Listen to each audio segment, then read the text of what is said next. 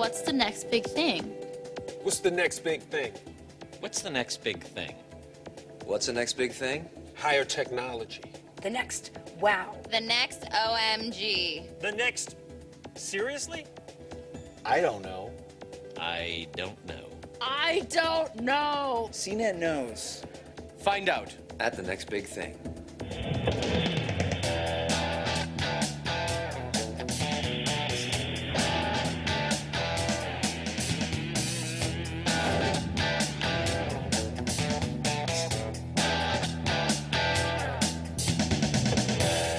Welcome to the Consumer Electronics Show. Welcome to CNET's Next Big Thing Super Session. Wow, that was really good. Yeah, it was all right, wasn't it? And it's the biggest trade show in the world. This is more than 120,000 people in Las Vegas for this event and for, hookers and blow. Awesome. Mm-hmm. The first previews of the new technology will be available to you today. The highlights over the years that have been here are the VCR, the camcorder, the DVDs, the HD TVs, tablets. The hell? the abacus? What are you talking about here? Yeah, the abacus was originally introduced at this event over 5,000 years ago. That's true, and it wowed them on the floor. It did. It wowed them on the floor. Everyone in Vegas was like, "Ugh." Much as they are now. Everyone's very excited this year about the 3D TV, the new Xbox system. And now, please welcome our hosts from CNET, Molly Wood. That's her real name, Molly Wood. That's a great name. Yeah, it's like Molly Wood, but it's Molly Wood. Hooray for Molly Wood. Molly Wood. I bet she's never heard that before. Probably not. No. Molly Wood. And then Brian Cooley. The hell? Molly Wood and Brian Cooley, everybody.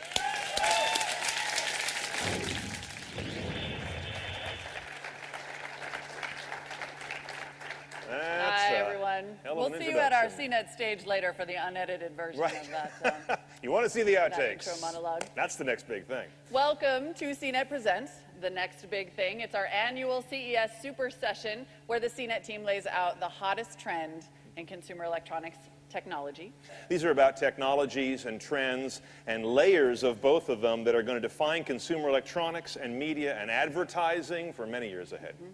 And in this case, this year, the next big thing is the ecosystem. And I am fairly certain that if you've been here longer than a few hours, you've heard that term at least 100,000 times, which means we feel pretty good about this decision. We're talking about that essential connection between the actual consumer electronics, the hardware that you see all over this show floor, the content on it, whether it's books or video or television or games, the apps, the operating system, and the connectivity. And the ecosystem is this dream that in some ways all combines to get us closer to the vision of the always-on, always-connected, do-it-all device. Right, how long have we been heading toward that one? Those devices alone just don't cut it anymore. That's the big story here. The Consumer Electronics Show is very much about electronics, but now we can get those devices to sort of leave the ground a little bit, to transcend where they come from as tangible devices. And today we're going to try and figure out this ecosystem era by talking to some key players, one-on-one with some of the biggest names in technology, really none of which will need introduction for you,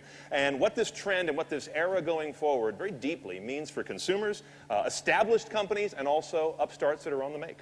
Please join the conversation by tweeting your thoughts about this panel. Let everybody know that you're here as we dive a little bit deeper and explore at least how we see this concept of the ecosystem.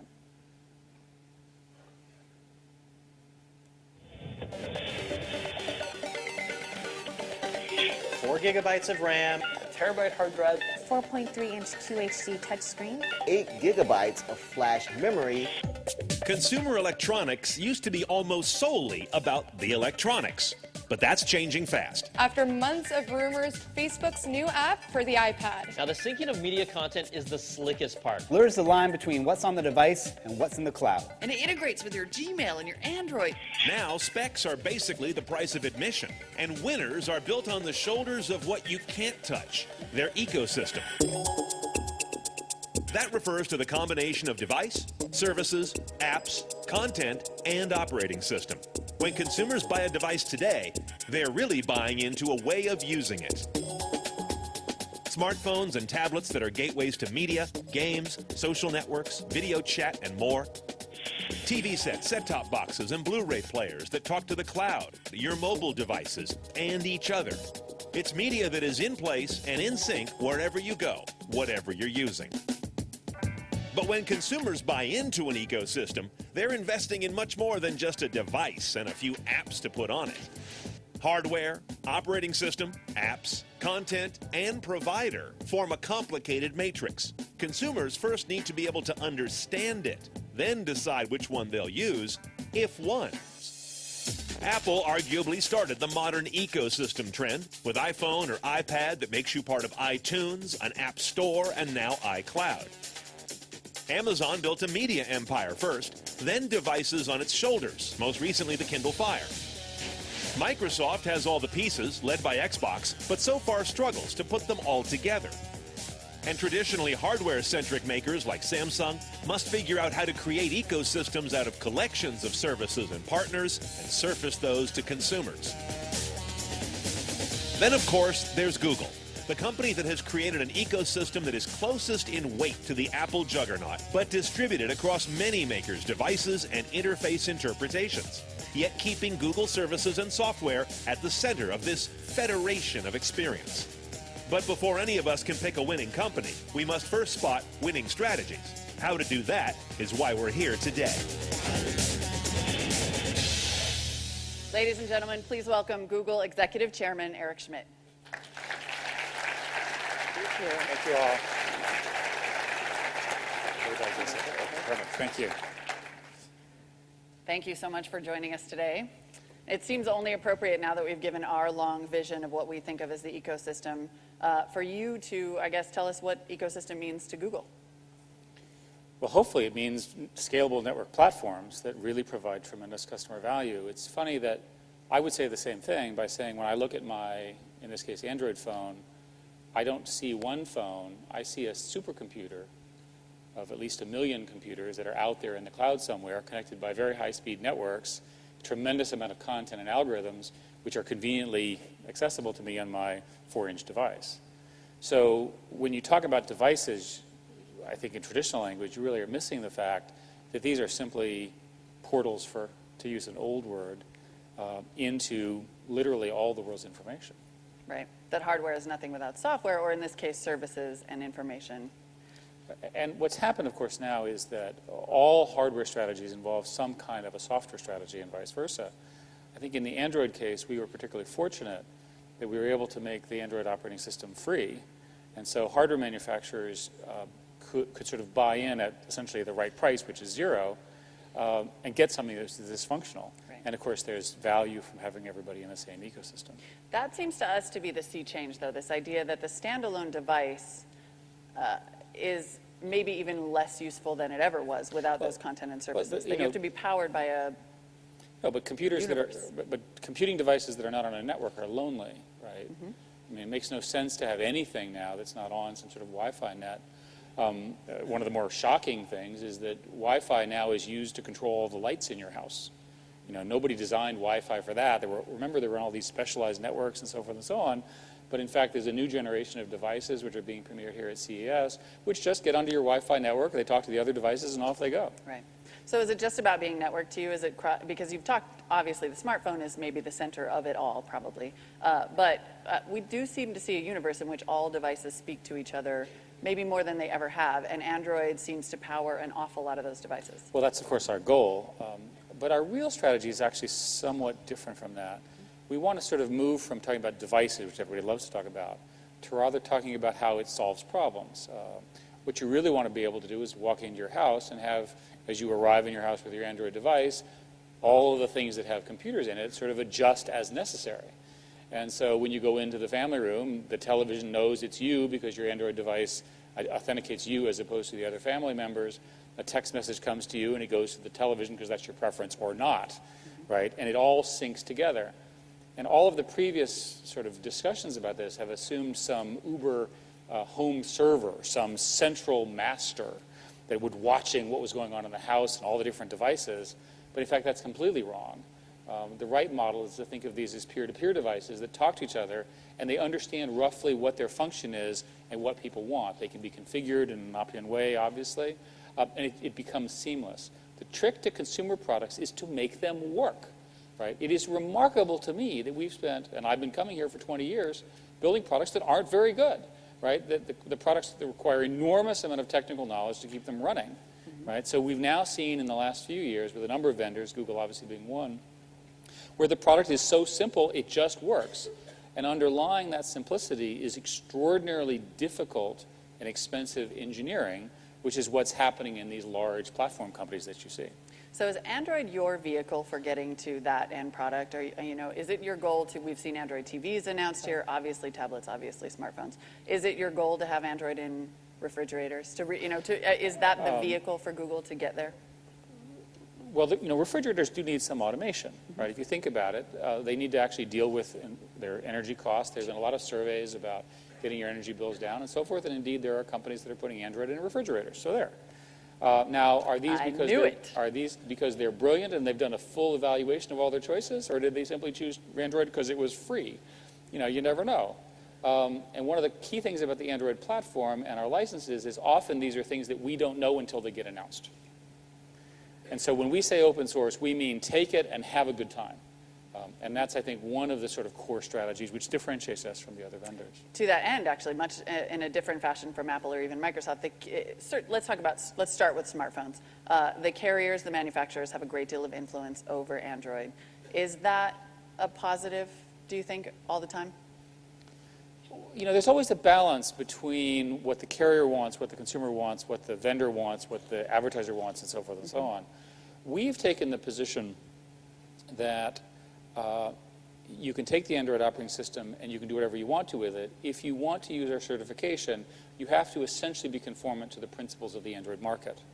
And our reasoning, which I think ultimately, I wish people had invented this many years ago. I think the first company to really do this is that what people really care about, again in your language, is that there's an interoperable ecosystem of applications. There's more than 300,000. Remember when Apple was busy talking about they had this many, this many, this many? Well, now we have more than 300,000 applications on top of the Android ecosystem, so there. A scalable model really means that you can start building these things quickly. And it benefits the whole to have an application that runs on every device. I asked our users what they were interested in hearing from you to that point, and the single most common question, especially on Google+, was whether you would ever offer a stock vanilla option for every Android phone, maybe a second ROM that users couldn't. So that fragmentation does appear to be maybe hampering. You want to be careful about the word fragmentation. Okay. When I use the word fragmentation, I'm differentiation? Yeah, differentiation is different from fragmentation. Differentiation is positive, fragmentation is negative. Differentiation. So differentiation, for the sake of the room. Differentiation means that you have a choice, and the people who are making, and let's use phones as an example, people who are making phones, they're going to compete based on their view of innovation, and they're going to try to convince you that theirs is better than somebody else. Fragmentation means that you have some application that you care about, and it only runs on one and not the other, and you don't have a choice. This is an important subtlety. Sure, but isn't some of that happening to some extent with Android? It's not. What's happening is our core strategy is to get everybody under the ice cream sandwich, which is the new release, which is on this phone. And we absolutely allow, as part of our normal standard business, our partners to add or change the user interfaces and so forth, as long as they don't break applications compatibility. We see this as a plus. It's an area for differentiation. They can adapt their software to the necessary hardware changes that they want. And it's given you far, far more choices than any other strategy we could have imagined. Do you think that ice cream sandwich is an opportunity for maybe a little greater control, or do you feel like that's not necessary? Well, at least over the skinning and some of the differentiation. When you say control, it's absolutely an opportunity to standardize the APIs and the basic level of services that Android phones offer. It is not a requirement that one use exactly the same user interfaces and so forth, although we certainly hope everybody will use the standard user interface. People are free to make the necessary changes as they see fit. And what's great about it is if you don't like it, you don't have to buy that phone. You can buy it from somebody else. You actually have a choice. Competition provides value, drives costs down, et cetera, et cetera. Let's talk about the living room a little bit. That seems to be a bigger and bigger part of the ecosystem, certainly relevant to this show here. How do you get there? And we've seen now Google TV, a bigger part of LG's lineup this year. Yeah. Also, Android on TV. Is there crossover? Is Android the road? How do you get in the living room? Well, of course, Google TV is doing very well. LG just announced, Samsung has announced that they're working on some stuff. We have a whole bunch of additional partners coming.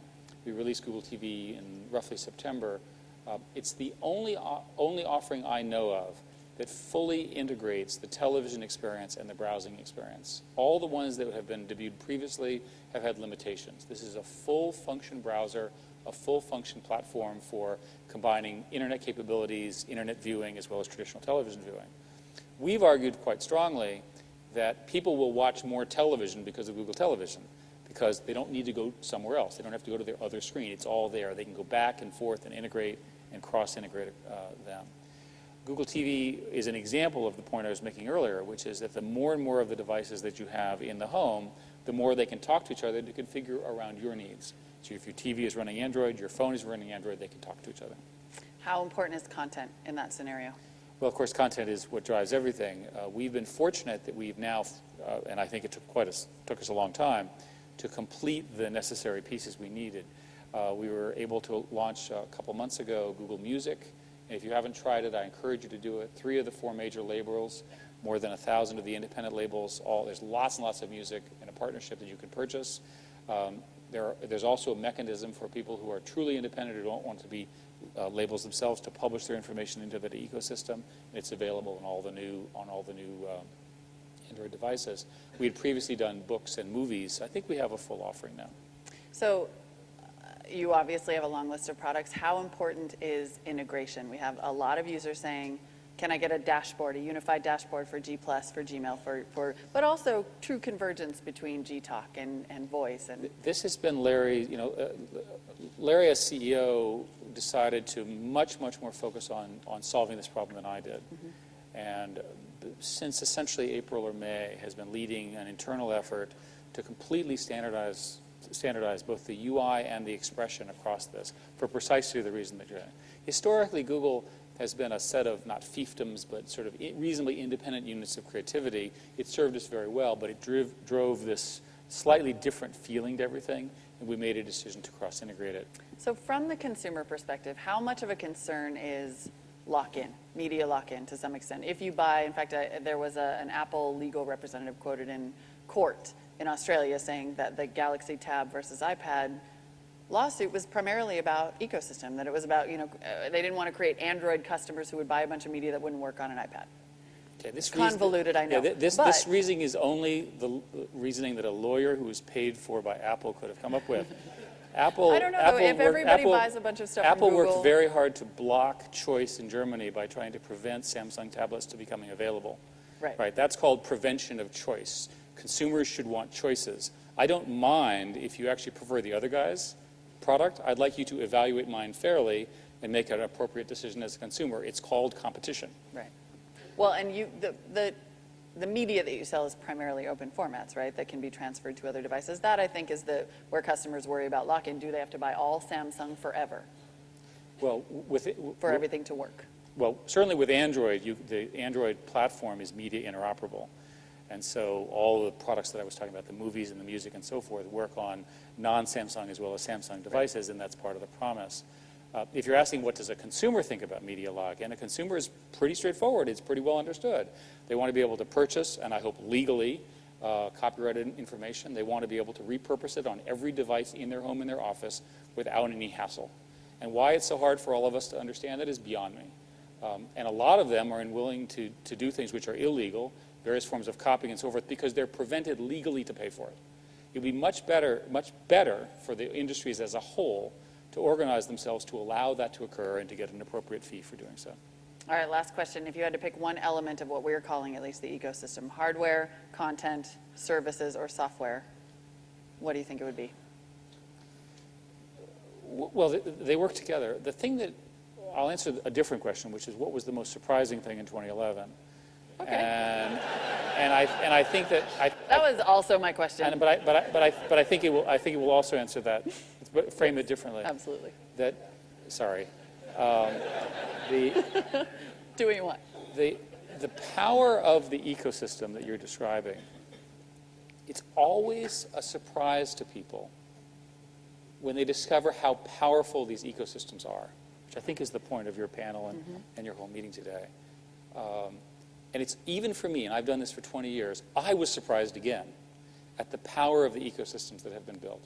And I say this with respect to the Amazon ecosystem, to the Apple ecosystem, even to the Facebook ecosystem, which have similar characteristics in this regard, as well as obviously the Google one. And the reason they're so powerful, and the reason your argument is so right, is that it's the fact that everyone is working against this sort of cloud model, platform model, means everybody's a winner. And because everybody's a winner, you get enormous, essentially, growth effects. You get this person helping you, and you get this person helping you, and you get this application helping you. And all of these people can operate without your knowledge and control. The secret in computing and these platforms is to make them open enough, and we would argue as open as possible, so that you can enable the creative people, whether it's the content people, the apps developers, the software developers, or the consumers, to use them, to love them, to extend them, and so forth. Not only do you build tremendous value, you build tremendous loyalty. They are economically very, very valuable to all of the players, right?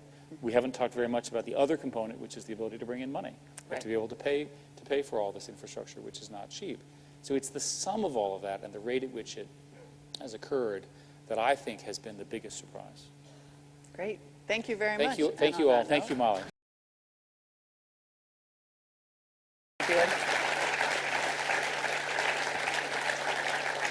Thank you so much to Eric Schmidt. Now that is, of course, the Google vision of the ecosystem. Now, though, as you walk the halls of this show, obviously you see consumer electronics manufacturers everywhere. People who have built their brands and made all their money on electronics. So that brings us to a slightly different take on the ecosystem.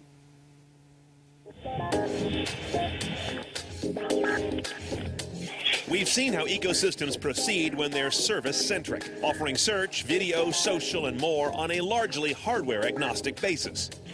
But what if you're a leader in televisions, or smartphones, or both, and more? How do you keep wielding that advantage while offering an operating system you didn't develop, apps you don't write, and content you don't own, and still come out on top and stay unique? Hardware takes on a different role in the ecosystem era, but never assume it doesn't matter. Samsung is behind a lot of the best-selling smartphones and TVs, with computers and even connected refrigerators rounding out the mix, all available with one flavor of ecosystem or another. But integrating outside platforms on your hardware while maintaining your edge through it and creating a unique proposition is another flavor of the ecosystem challenge, and on the minds of many in an industry with deep roots in the device. All right, now if you'll join me now in taking the ecosystem coin as we've seen it, and if not turning it completely over, turning it largely to a different side, and join me in welcoming Tim Baxter, President of Sales, Marketing, and Operations for Samsung Electronics America. Good to see you. Have a seat, Tim. Let me grab a few And he brought toys, or All should I right, say he brought toys. crack. That's, We've got the note. We've got we Ultra brought Book. what? Have a seat. We don't want that to get in the headlines, That's do we? right. I couldn't Tim get Baxter the, brought crack to CES. I could not get the 75-inch TV in my pocket. Yeah, I asked him when he came in, I go, go, where's the 55-inch OLED, at least? we'll bring a few goodies out. All right, now, Tim, we've heard one... Still pulling them out. He's still, you're like a cop. You got a belt full of goodies there. Fun time.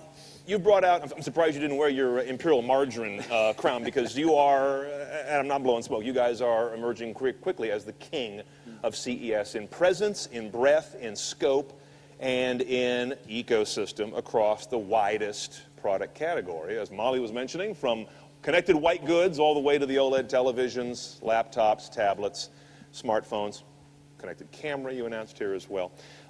Tell me, right off the bat, your first reaction as you're watching and listening to Eric's vision of how they see the ecosystem, and I know that the definitions vary. You guys are in a very different space. You make and live and die on hardware. That's your game. How can you be even in the same mindset as a Google? I know you guys are touching in the same place in the industry, but it seems like these companies would be so completely disparate in how they get there. But I think what ties things together in terms of the thinking is a consumer orientation. right? And it really starts, in my mind, with the reality that, the average consumer has about 30 consumer electronics devices in their home. And think about all the devices you have there. But very few of them are connected to each other, right?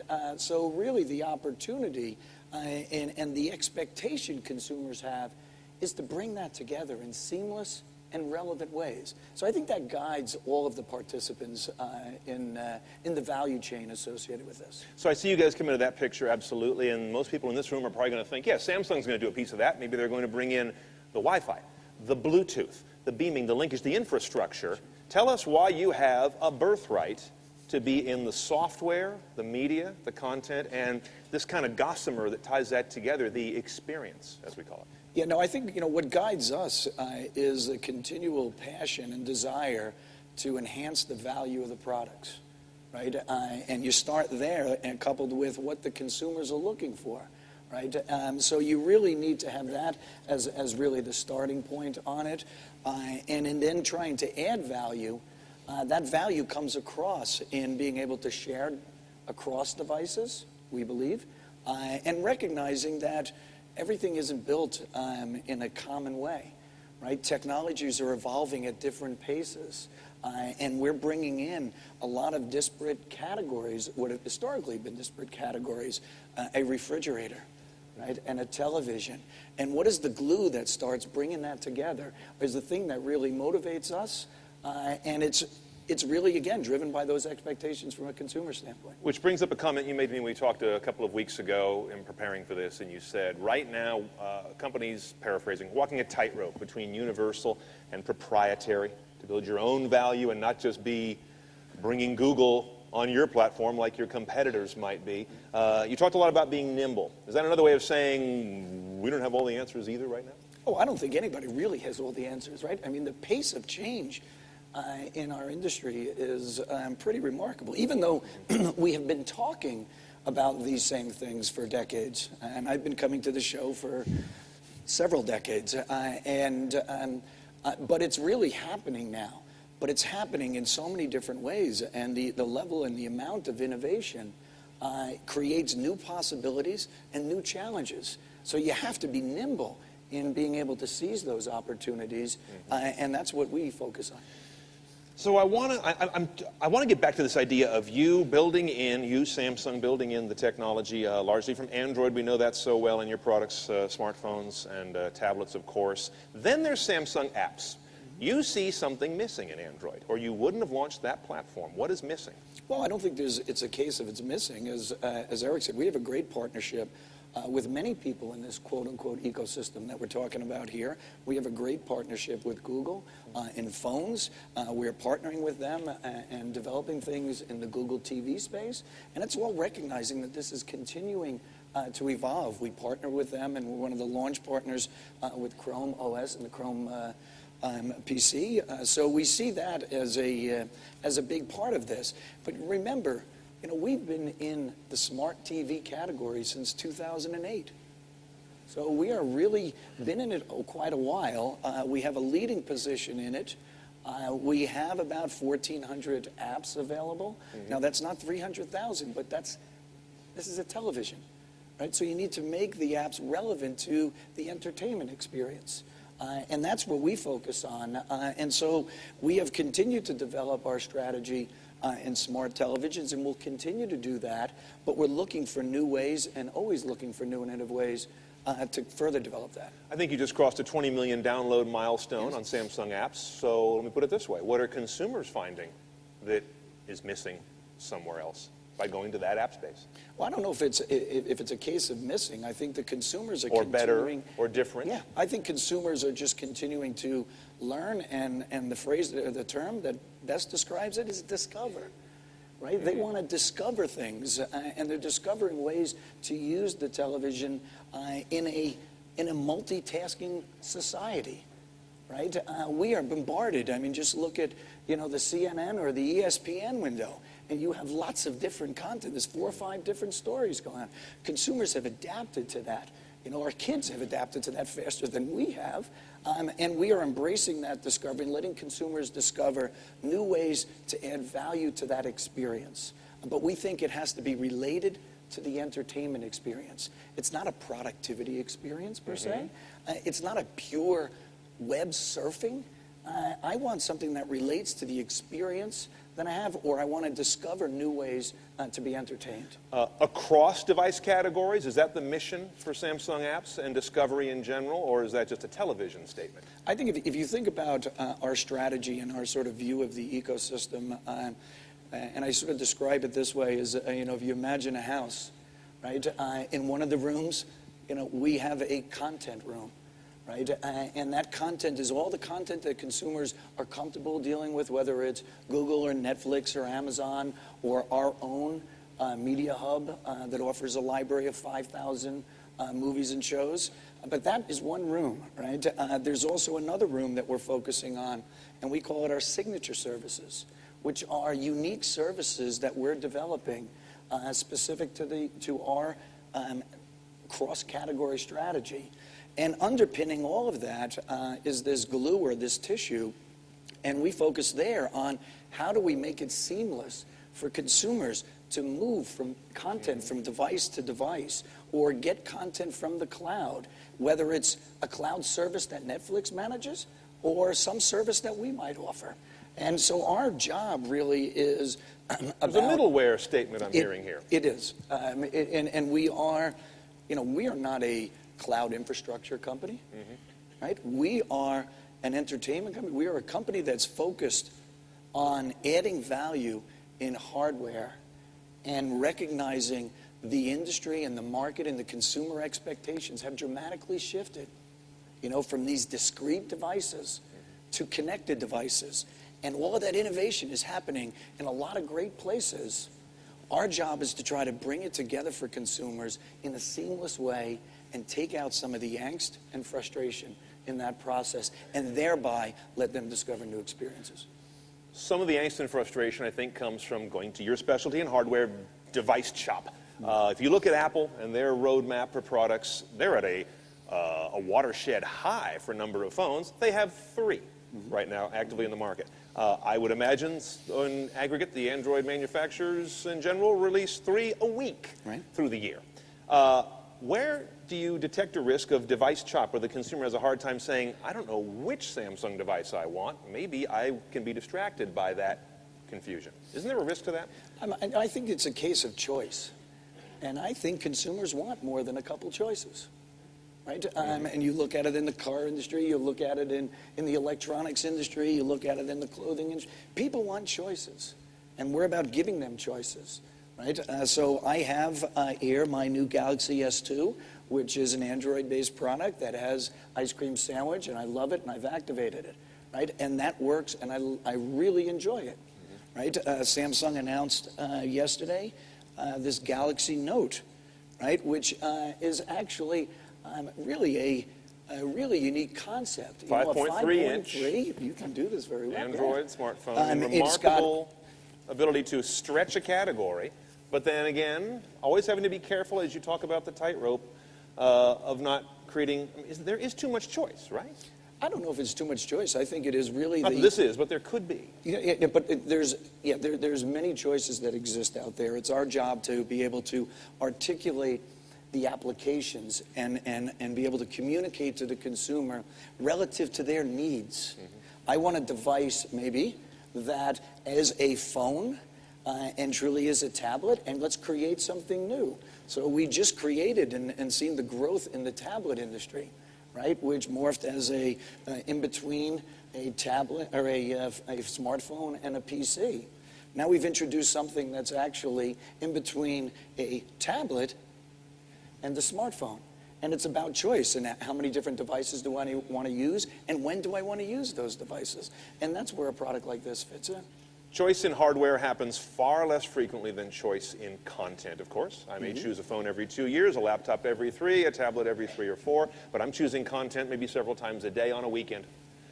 Where do you get into unlocking the Hollywood treasure chest? Can you be a role player in that? Many people are looking at Apple to say they can crack the code to get, instead of the few titles, the many. Right. Instead of the Byzantine pricing plans, the simple. Can you and do you want to play a role in cracking that code? Do you want to beat them at that game? I think our focus really is to work with the content providers and facilitate the delivery of the content that consumers want on the devices they want. So that's really our mission. We're not a content company. We don't aspire to be a content company. But as you mentioned, kind of a middleware, a gossamer layer in there, can you be the one that brokers the relationship perhaps from Hollywood to Android by having some kind of a leadership role? I mean, your presence is even far greater than it was 3 years ago in this business. And I think we can, and I think we can do that really under the premise that I believe the content community wants choices in their providers and who are distributing their content. So we provide that, I think, opportunity for them. The Google 2.0 Samsung TV, that's coming out when again? I tried. You did. All right. I tried twice. You tried. Let's talk about the role of, you mentioned earlier, the idea of sync and seamless relationship between devices. Right now, that's something of a simple model, the idea that I could pause a movie on my tablet, then when I go in the house, devices know that I want to pick up the movie on the TV. Clever, right now, not even that well done, if doable, but feasible. Yeah. What's more sophisticated is to say I'm going to pause an experience on one device, and when I move to a different user place, the network of devices and services I have will figure out something different that I want to do on that device. Because I'm not just going to say, okay, I'm navigating in the car. I don't want to carry that to the house. Watching a movie on the tablet, well, maybe when I move to a different room, I'm not in that mode anymore. Is there a place within Samsung apps that you want to be that layer of the next most sophisticated sort of sync, or what I think of as intimacy, transparency, and intuition? Yeah, I think if you, the evolution of what is occurring here is such that we've gone through a process of simply making content available in a streamed fashion for the consumer, right? And that was one shift that took place. We announced here several applications in the last 24 hours around being able to move the content from device to device or buy it once and use it in multiple places. And we think that's the next evolution. Yesterday, we announced an application with Technicolor, MGO, that allows me access to content on the television, but I also get relevant bonus content. Right? Deleted scenes and games that may relate to that experience available simultaneously on my other devices. So you're starting to see that transition. And yes, I think the expectation is, and we've worked with MSOs on this, and we continue to do, that I can stop and pause and take it up from the TV into the car on my mobile device. So that is an area we are putting a great deal of energy. And we're working with content companies and distribution companies to bring that experience alive. Again, it's one we think that is natural in terms of the expectation of consumers. You recently took on additional duties at Samsung Electronics America. You've added enterprise to what was previously a broad consumer role. Yes. Congratulations. Thank you. I'm sure you're very busy. Yes, right? a little bit. The enterprise role is not one that is irrelevant to this crowd anymore. If we look at your ability to take market share, it's now a BYOD world in the enterprise to some degree. More and more IT folks I speak to here at the show, yes, bring your own device within parameters. Those parameters seem to be loosening within enterprises. Is that perhaps the most ripe area you can take share in the mobile space as opposed to going head on after, let's say, an Apple share argument? Maybe it's a RIM share that you want to see as low-hanging fruit for your mobile devices, certainly in smartphones. There's not much of a battle on tablets. Is that across an enterprise consumer cross-play that you can look at? Say, we're going to be the first to really get in there and work with enterprise and be their next BlackBerry, their next device that they really trust and work with, but also that delights in the individual employee as an individual. Yeah, I think the biggest shift that I've seen, and now I've been managing the enterprise for about 5 days, so put that in context. In your lengthy experience. In my lengthy experience, no, but clearly having been in this industry for nearly 30 years, I think the biggest shift that I've seen is the technology used to begin in the enterprise space. New technology, and you think about it in the video. Anything interesting, Dave. Right? Yeah. And now it's a consumerism that is driving the enterprise space, and it is that where consumers are coming in who are also in the enterprise. in the business world like we all are here and saying, I want to use this device, in my network. How do I do that? And the CIO is trying to figure that out. So I think there's a big shift that has occurred there, and having that consumer orientation we think is a valuable component in understanding the opportunities that exist for us in the enterprise space, because we've historically been a consumer company. But we think there are huge opportunities for Samsung, a company that is doing, about $150 billion a year, and we see significant growth opportunities in the enterprise space. And a lot of that enterprise space, we believe, is going to be connected devices, right? And so having that understanding and learnings that we are getting right now in the consumer space, we think will help as consumers look for fitness devices or other ways to use new technology, and we think the enterprise area is one of those areas. Let's talk about some of your children and how they may squabble. If we look at Ultrabooks and tablets, there's been a lot said about how the tablet maybe has a lower ceiling in terms of market acceptance than was first thought. We've gone through the iPad 1 hype cycle. There is large market share. I consider it to be a major minority, a large niche, however you want to term it, for tablets. That seems to be what's happening, especially as Ultrabooks are coming out and giving you kind of the tablet experience with the file system, the human-machine interface, the more powerful operating system and processor base. Is there an uneasy battle between tablet and Ultrabook in terms of your spend on developing the tablet? No, we look at it as opportunities. And anytime you have a fast-growing category like tablets, in just the same way like PCs over the past few years, there's going to be a lot of segmentation that goes on. And that's what we're seeing here, right? And it's, maybe we overdefined it in terms of whether it's this device is a tablet or a PC. It's what do I want to get out of this device, right? I want to be able to get in and out of a device, and tablets have provided that. We are just introducing, get to show off, a new Samsung device. This is our new Series 9 notebook computer. And if you just look how thin this is, and light, right? And what it also offers is a boot-up time of less than 10 seconds. And our consumers responding to the no compromises here, where the tablet has some compromises as a large mobile device. And it's a function, though, of what am I using it for, right? My kids are using it, and I often use my tablet as an entertainment device with some easy in and out access on productivity. I generally use my notebook as a productivity device with, at times for me, occasional needs from an entertainment space. So I like the ability to get in and out of a PC, and if I'm going to write a long email, I like that capability. I enjoy waking up and grabbing, not necessarily enjoy, but I have to, get the emails and get in and out and get a few done very quickly. And a tablet or a smartphone provides that. So again, we're giving consumers choices in a very fast-growing space, but we think products like this provide new opportunities and new experiences for consumers that are going to give them choices in terms of what they're doing. All right, there's a story from Hardware Up. Please help me to thank Tim Baxter, who is President of Sales, Marketing, and Operations, Samsung Electronics America. Tim, thanks very much. All right, folks, now we've now heard from two very influential movers on very different sides of the ecosystem argument, largely on the supply side, if you want to look at it that way, but there are other facets to this. You can't even call it sides because there are so many.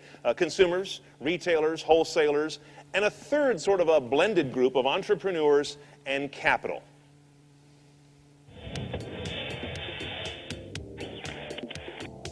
The list of big names in the ecosystem is long, but our next panel will try to help the even longer list of new players and innovators grab a seat before the music stops. Blake Kerkorian is our inventor and entrepreneur. He has been described as a veteran of the convergence wars, an inventor, investor, and Amazon board member. Under his belt, Slingbox, a mobile operating system, telecom and consumer electronics consulting, one of the earliest handheld PCs, and a history of growing technologies from embryo to acquisition. Bill Gurley is the money man. He's general partner at Benchmark Capital, and his investment resume includes Clicker, OpenTable, Second Life, Uber, Voodoo, and Shopping.com. He's engineered multi-processor servers, analyzed the IPO of no less than Amazon, and picked the winners for Wall Street during the tech boom years. These are the guys who make it happen. So whether you're a brand new company or an old established brand, listen up. Let's figure out how to make it all work.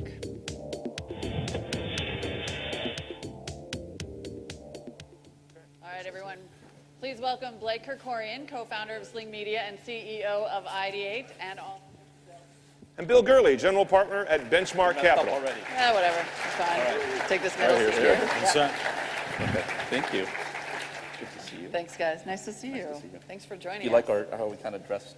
They do everything. It's good. I together. mean, they got a lot of, yeah. Well, we were going to do he was going to be Dr. Evil, and I was going to be Mini-Me. I was going to come out on a baby Bjorn, but he hurt his back last That week. might have been a little controversial. I'm just saying. I think we There are a misconstrued lot in of this town. photographers here, so maybe We can do it you later. try that later in the show. Yeah, we'll do piggybacks later. So, first of all, you guys have been backstage hearing from people you know well, but hearing the latest viewpoint of where they're coming from. Top line reactions right off the bat. What made you stroke your chin sagely and saying, yeah, it's very good, or what the hell was that? Anything in either of those You guys categories? were taking notes. I liked the "so there" comment by Eric. I wonder, someday I'll be able to get away with that. No, gosh, I think the way you guys have framed the overall sort of session is exactly right. What I just couldn't help doing was shaking my head the whole time that this is finally happening. And for guys like, Eric, Eric was on the board of a company that I worked at back in the early 90s called General Magic. And General Magic had an operating system for intelligent devices. Sony and Motorola had both built products, physical products based on them, but they also had a networking programming language that a whole vision of an electronic marketplace pre-internet was going to happen, and guys like AT&T and France Telecom were going to build. And we always had this saying of the ecosystem was framed in a different way, which was vehicles, highways, and destinations. And it was pitched as a 10-year roadmap. And I was just realizing, it's like the vision was right. It just wasn't a 10-year roadmap. It was like a 25-year roadmap. And it's just finally there. And it's just amazing to see it all come to fruition. And would you say that we're there? Certainly the premise of this session is that we're there, and everybody is hoping to be there in terms of connecting all the different dots. Do you think we're there, and how would you Well, I think it's interesting. I think from having a connected device in your home, we're there, right? So I worked with Voodoo. They're in like 40 million devices now, installed devices.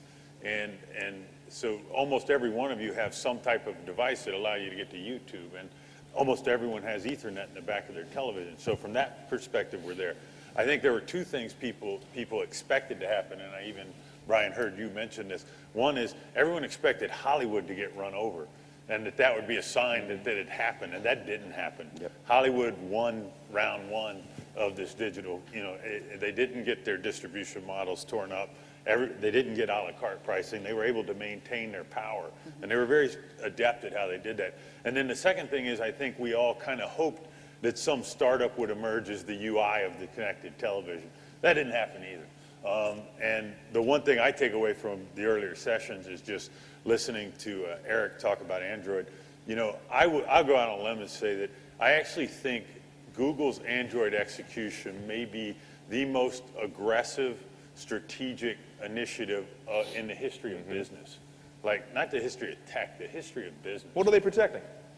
Search. Yeah, look, search is a fabulous business. And if you look at search on the PC, there were threats to it. So Firefox, right, had that little bar, and Google had to pay Firefox to protect that bar. And if it weren't for the consent decree, IE would have been much more integrated with Bing than it has been. And so there was this opportunity to be above search in the layer and take Google away from this incredible gold mine that it has called search. So when they saw new platforms coming, they decided, hey, we're going to come up with a way to make sure that there's no one standing around us and getting in the way of that search. And they've just protecting search beyond just the search we know, the box we're talking about, but to a higher level of discovery. Right? Sure. Search, that's the evolution of search, which might include discovery of content, certainly includes maps, where they've probably invested another $700 million. Easily. But it's just amazing, the momentum that they have. So what are they doing wrong? If they seem best positioned to pull it off, although there's a growing chorus, despite what Eric says, from users about what they term fragmentation. Well, the fragmentation, and I don't think that Eric would deny it, that fragmentation of the platform is a challenge. It most certainly is.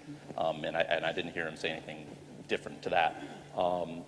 You know, and of course, one person's open is another person's closed from the standpoint of, I want everything to be open so long as it's my APIs and everything else, right? So there's probably a little bit of that from Eric, but that's, you know, that's to be expected.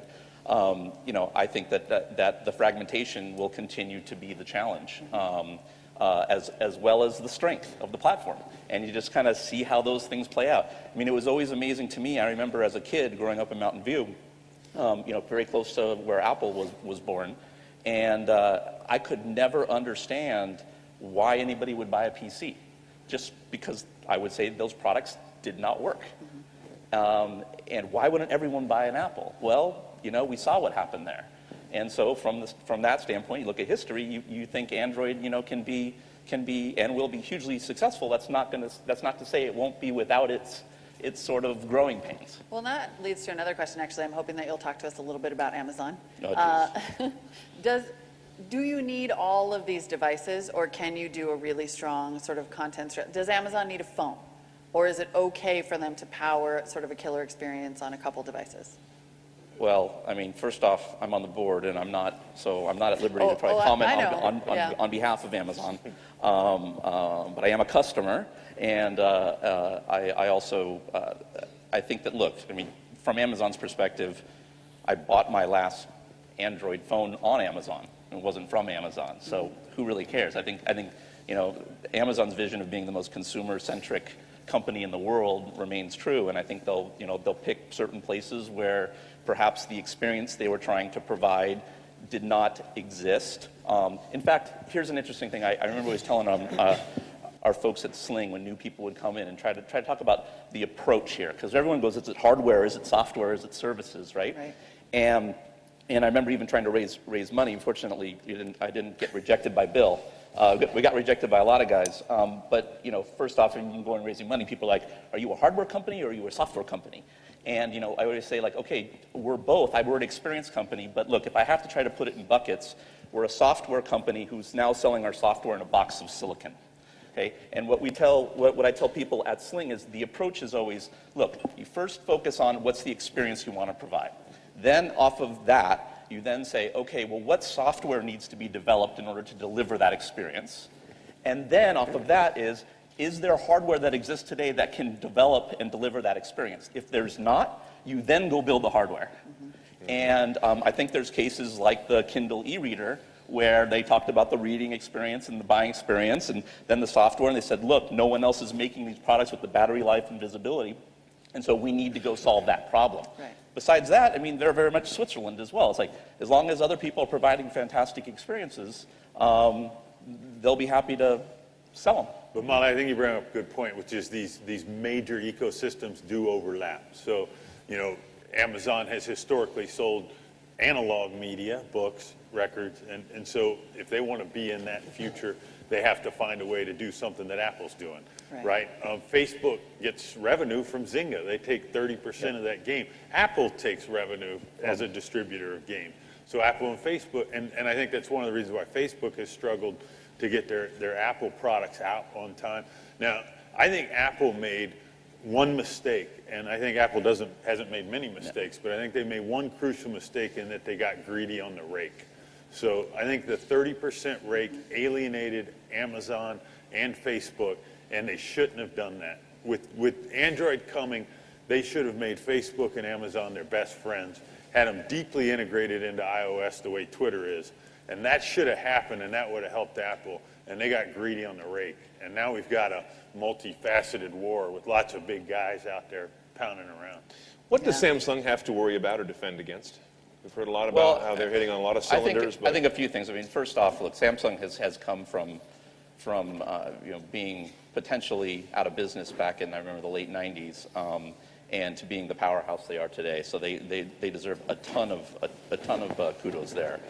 I think Samsung, just like any of any of these other consumer electronics companies besides Apple, back to my comment about experiences, software, and then hardware, all those, most of the companies here, they have it ass backwards. They start with the hardware and kind of build up, and that's continuing to be, I think, a challenge. Like, just to maybe point out one little tiny nit in a product, that Samsung created, to the point that Eric was making about, you don't just deliver the product with the spec sheet and the check boxes. It's got to work. So somehow there should be some rule where maybe people can vote, and it's like if a product has a feature and enough people vote and say the feature doesn't work, they have to remove it from the list of things. But so like take the Samsung television, and again, I've just bought 3 Samsung televisions, so I thought it was the best TV out there. That being said, I'm really into some control and multi-screen sort of things. And I got all excited at first because I said, oh, wow, the Samsung TV comes with this iPhone interface or iPhone app that lets you control your television set. And I thought, okay, wow, that's great, that really is forward thinking and so forth. And then I went to go use it, and I realized that, well, it did do all the things except for it was missing one very, very important command. Probably the most important command of anything from controlling your TV. What do you think that command was? Turning it on, actually. You couldn't turn it on because guess what? The Ethernet chip was asleep when the TV was off. So therefore, I had to go grab my other darn remote, my R remote, hit the button, and then I could go control it. And so it's understanding that those details are so critical. It's not just about getting the feature and saying, hey, I now have it, just like the other guy does, but do I have it? It just sounds so basic. Do I have it, and does it work? And I think that Samsung understands that they need to keep improving, just like all these other companies. I think Samsung and HTC are probably the 2 that have shown the most progress there. But that's still a huge challenge for these guys. Bill, Samsung, Achilles heels for them, as an instructive lesson for a variety of companies that have their general structure. Well, I think they've benefited by almost by not being overly caught up in their own way of viewing things. I contrast it with Sony, who has all these visions of their own software stack and all these kind of things, whereby they can't kind of get their arms around the open standards that are out there, or in this case, Android. And so by being there first, I think that's been helpful to them. I think in the long run, they'll face the same challenges that a Dell faced in the PC world. And I think it's a very similar, I think it's a great analogy for what's going on here, which is, based on what I see, Android's just getting started. It's going to become very dominant in every home and car and all these kind of things. And once that happens, then a whole new set of challenges will arise for how you differentiate. Well, it almost seems like you're arguing for, inadvertently arguing for Android as a plug-and-play solution for these hardware manufacturers. So it's not their core competency. Go ahead. I think, yeah, absolutely. No, please. I was just going to say, I think it's too late. I think the cat's out of the bag. I mean, you look at how things become self-reinforcing. As I walked around the show today, the one thing that just really, really blew me away was, looking at the synergy between ARM and Android. And so you go look at, in the Marvell booth, at what they're doing with the ARM processor. They've got these little demo boxes for connected TVs. The kits are like $20, but the point is there's all this ecosystem that's building around that. And, Snapdragon and, at Qualcomm. So Qualcomm, Marvell, all these semiconductor companies are doing these ARM cores that are 99 cents. And they're all doing it on Android because the Windows 8 thing just got announced last night and doesn't exist. And that's just monstrous amounts of effort. And that all leads to experimentation. It leads to cost reduction. And it's just a tsunami. Well, and the point, Eric said something else that I think is absolutely dead on, which is they have delivered on the openness from the standpoint of letting people actually fragment or differentiate. Right. He'd rather see the differentiation, but they're allowing the fragmentation. But frankly, fragmentation is bad. It also equates to innovation. and to allow the innovation to happen. I mean, a perfect little project I've been working on the past couple of years was I was trying to do a bunch of home automation and control in my house, and my first thing I was going to use iOS devices as the main control point.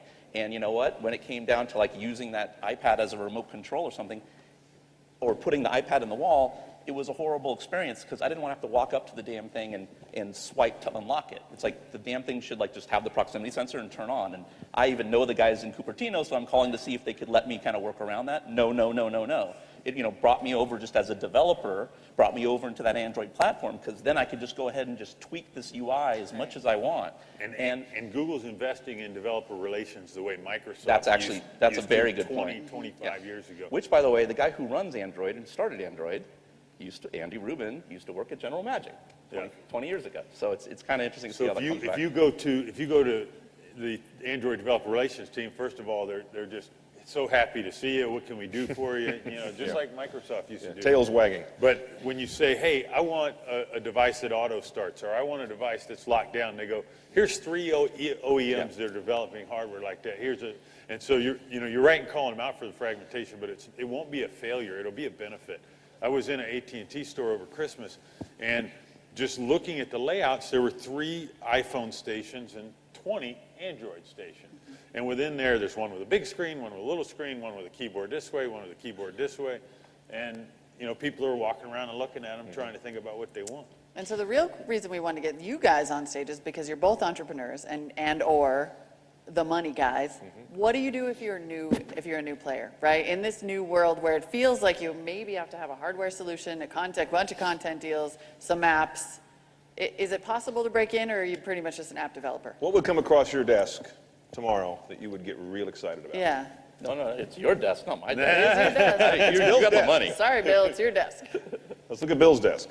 It's tough. I've worked with 2 incredible teams, the Voodoo team and the Clicker team, and we had good outcomes, but they weren't blowaway outcomes. And there's a lot of power players. I mean, with what Google's doing with Android, it's gonna destroy so much market cap. It's already happened to RIM and Nokia, and Telenav, and I think Garmin's got a lot.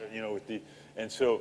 It's with that big a force out there, it's hard to find a high ground. And then Hollywood, has played this game extremely well. So, Hulu took $200 million and a ton of proprietary content to get off the ground. And Netflix looks like they're going to have to spend $1 billion in content. So I think you're going to have to, I'll give you an example of someone who has done it, and I've been blown away, is the GoPro guys. So it was off the beaten path. They weren't trying to take over an old world or one that was highly choreographed. Yeah. They went to a new market and really blew it away, really nailed it, built a product that was differentiated around that use case, but it was a new use case. And they got out in front of a huge wave, and they've done an amazing job. They started at the experience. They started at the experience and the lifestyle and worked their way down. And you can bet they probably don't have much in the way of DSP engineers doing image sensing technology in that. That's not what it's about. And so I think that I continue to believe that there is a huge opportunity for entrance in all places in the ecosystem. I happen to love gadgets and love the hardware element, and I think that on one hand it's certainly a tough business, and you have to have your act together all the way through, right? It's not just about, oops, you kind of messed up on a DRAM chip, and now you can just hit the reset button and start over. It's you just bought 100,000 units of inventory, you're screwed. So you got to really have your act together, and there's huge barriers, but there's still such an opportunity for companies who understand all those pieces, but actually understand how to approach it again from the experience on down, because I think it's going to take a long time for these traditional hardware companies to really reinvent how they approach things. Besides that, it's hard. I mean, and it is getting harder and harder and harder. There's no question. The other thing from startup companies, it's about obviously being disruptive, right? If you can find out where you can disrupt in a particular area, maybe there's an established player who's got a huge market share, and there you see some evolution that's going to happen, and it's just hard for them to move. I think there's still going to be opportunities, but they are becoming tougher and tougher. Yeah. All right. Great, guys. Ladies and gentlemen, please join us in thanking our two panelists here at the Next Big Thing, Blake Krikorian and Bill Gurley.